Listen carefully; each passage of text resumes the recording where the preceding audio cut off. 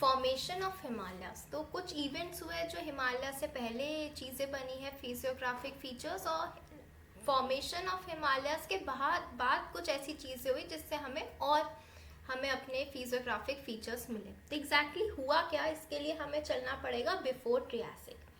एक land mass था Rodinia, उसका कन्वर्जेंस हो रहा था, तो प्लेट्स थी, कभी आप पास आ रही हैं, कभी दूर जा रही है, कभी कन्वर्जेंस हो रहा है, कभी डाइवर्जेंस हो रहा है, तो ये फिनोमेना चलता रहता था। तो बिफोर पैंजिया हमारे पास कुछ अभी के ज़माने में बात करें तो हमारे पास अरावली है, हमारे पास आपका विंध्यांस है एंड सतपुरास है। लेकिन पैंजिया के पहले, बिफोर पैंजिया, ये सारी चीज़ें किसी प्लेट के बॉर्डर में थी, नॉट नेसेसरी इंडिया, एक प्लेट थी उसके बॉर्डर में ये चीज़ें थी।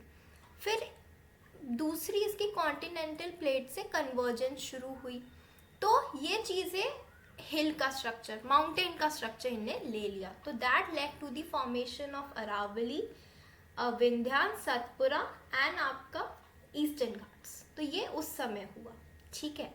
तो ये सबसे ओल्डेस्ट स्ट्रक्चर्स तभी हैं।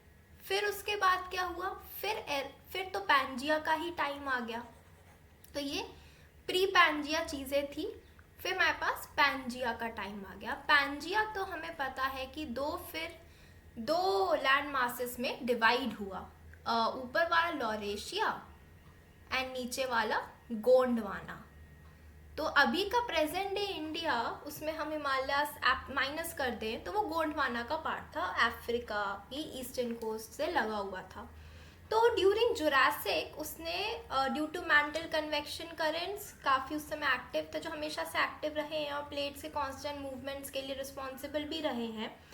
उनके चलते हुए India started to move towards Laurasia, मतलब इक्वेटर की तरफ। इंडिया ने सोचा वो ऊपर चढ़ेगा इधर, तो वो ड्रिफ्ट अवे होने लगा from the eastern coast of Africa. तो सिंस कोई चीज़ ड्रिफ्ट हो रही है, सडन इम्बैलेंस आया, तो उस इम्बैलेंस को बैलेंस करने के लिए, टू मेंटेन आइसोस्टैटिक बैलेंस, तो वेस्टर्न घाट्स फॉर्म हो गई, वेस्टर्न कोस्ट अपलिफ्ट हुई, तो that led to the formation of Western Ghats. तो वेस्टर्न घाट्स किसी के कन्वर्जेंस से नहीं हुई है, वो एक्चुअली मूवमेंट के वजह से हुई है, टू मेंटेन बैलेंस।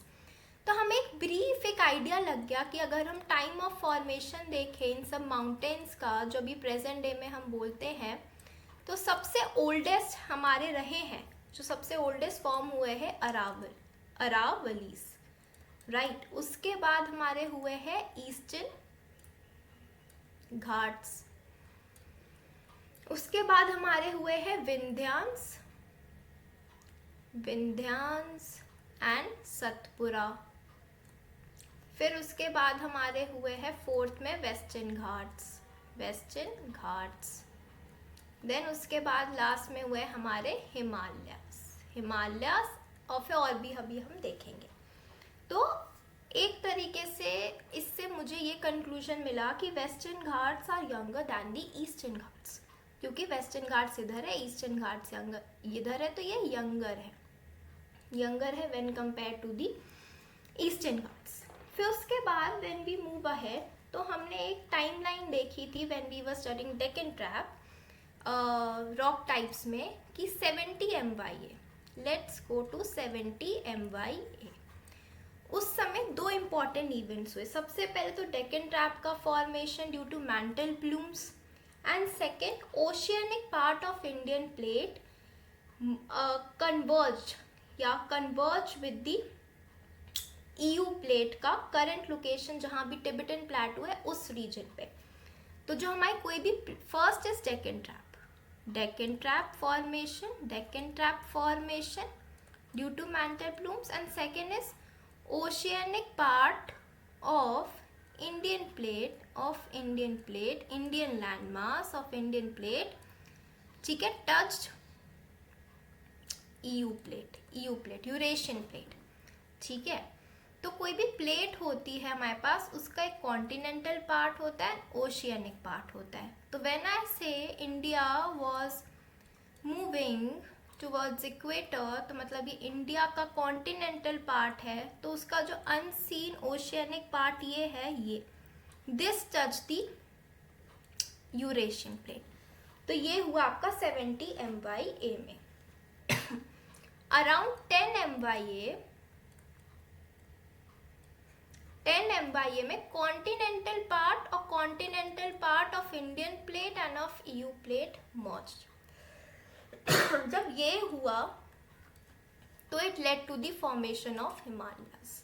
बीच में टिथिस सी था, वो आपका हट गया, मीन्स वो बिल्कुल ओवरलैप हो गए इन दोनों प्लेट से, and it led to the formation of Himalayas.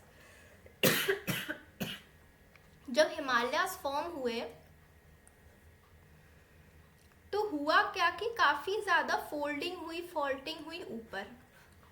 Also उसके नीचे यहाँ भी हमें अपलिफ्टमेंट देखने को मिला that led to the formation of plateaus, जैसे शिलोंग प्लेटू, जैसे आपका छोटा नागपुर प्लेटू,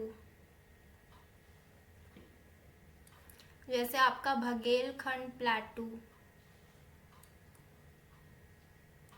फिर आपका जैसे हुआ बुंदेलखंड प्लेटू। तो ये सारे प्लेटूज हमें देखने को मिले। तो एक पॉइंट ये होगा कि Western Ghats formation started when India was in southern hemisphere, first point, ये याद रखना स्टेटमेंट्स।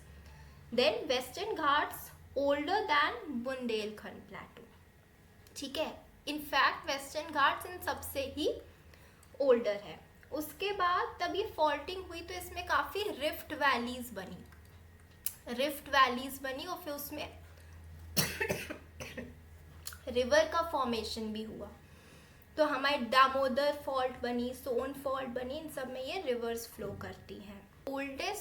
जो ओल्डेस्ट फॉल्ट है that is GBF fault. So GBF fault is the oldest, और जितने बाकी फॉल्ट्स है कोई भी एक्टिव नहीं है, ठीक है। लेकिन जो एक्टिव फॉल्ट्स है वो है आपका Delhi Burj fault, active faults are Delhi बुर्ज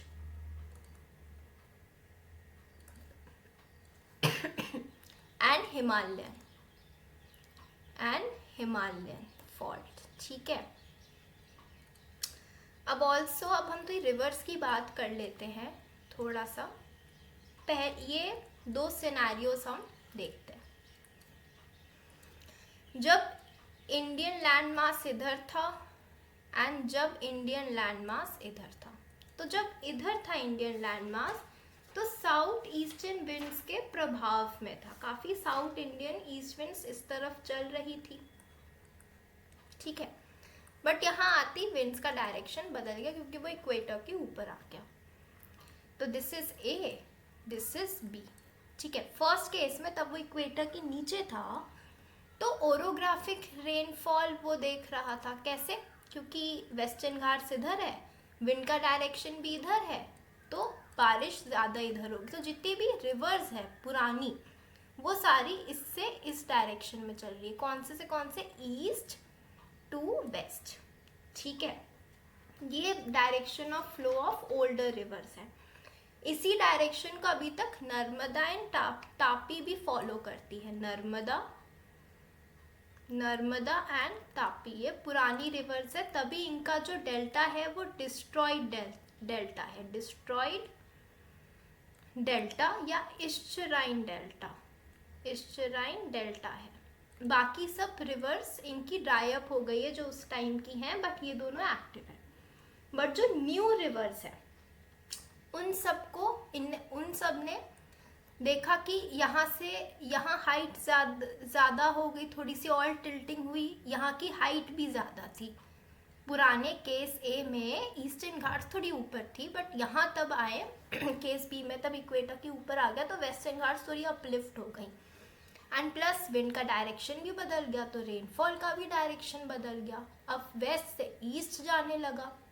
उसके चलते क्या हुआ, अब जितनी अभी की हम रिवर्स देखते हैं मेजर रिवर्स, उन सब का डायरेक्शन भी इस तरफ है। तो ये एक इम्पॉर्टेंट पॉइंट